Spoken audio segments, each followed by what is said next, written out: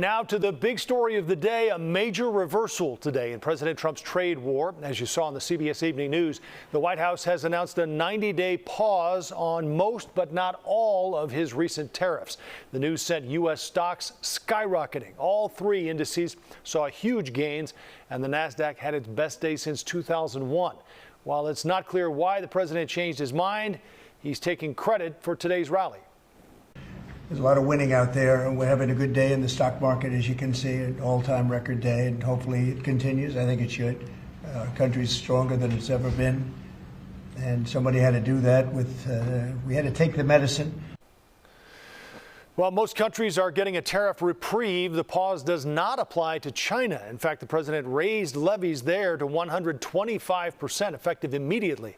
The decision comes after China increased tariffs on the U.S. to 84%.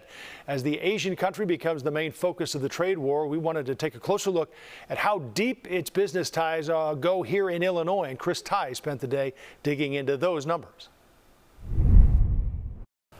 That's right. The TV, laptop, or cell phone you're watching us on right now likely came from China. Illinois is the second largest importer of Chinese goods in the country. If the trade war lingers and tariffs soar, as advertised, the cost of things and thousands of jobs are on the line.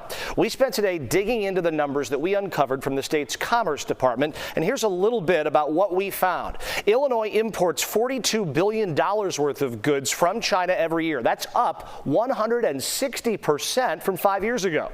We export just over $4.5 billion. That's down a fraction from 5 years ago, which is 8 out of 50 states. What do we send to China? This is interesting. The biggest thing by a large margin, agriculture products, soybeans, corn, pork, that sort of stuff, worth nearly $1.5 billion every year.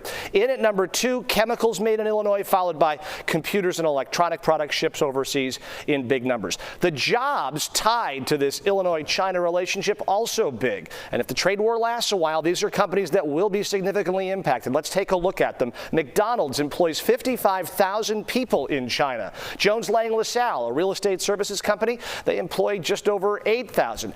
Abbott employs 6,900. That's Abbott Labs, of course. Illinois Toolworks, just about 5,500 people. And Oreo cookie maker Mondelez International with 4,800. On the flip side of things, Chinese firms employ just under 5,000 people here in Illinois.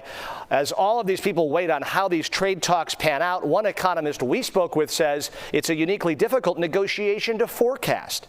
What economists call ambiguity. And that is, it's not just that we don't know what's going to happen in the future, we don't know the probabilities of things. So it's an unusually difficult environment in which to make decisions. Governor Pritzker today trying to quell concerns of Illinois farmers, saying his team is working with Mexican and Canadian counterparts to absorb some of the losses that may come from trade wars and the lost business that comes too. Back to you. Chris, thanks.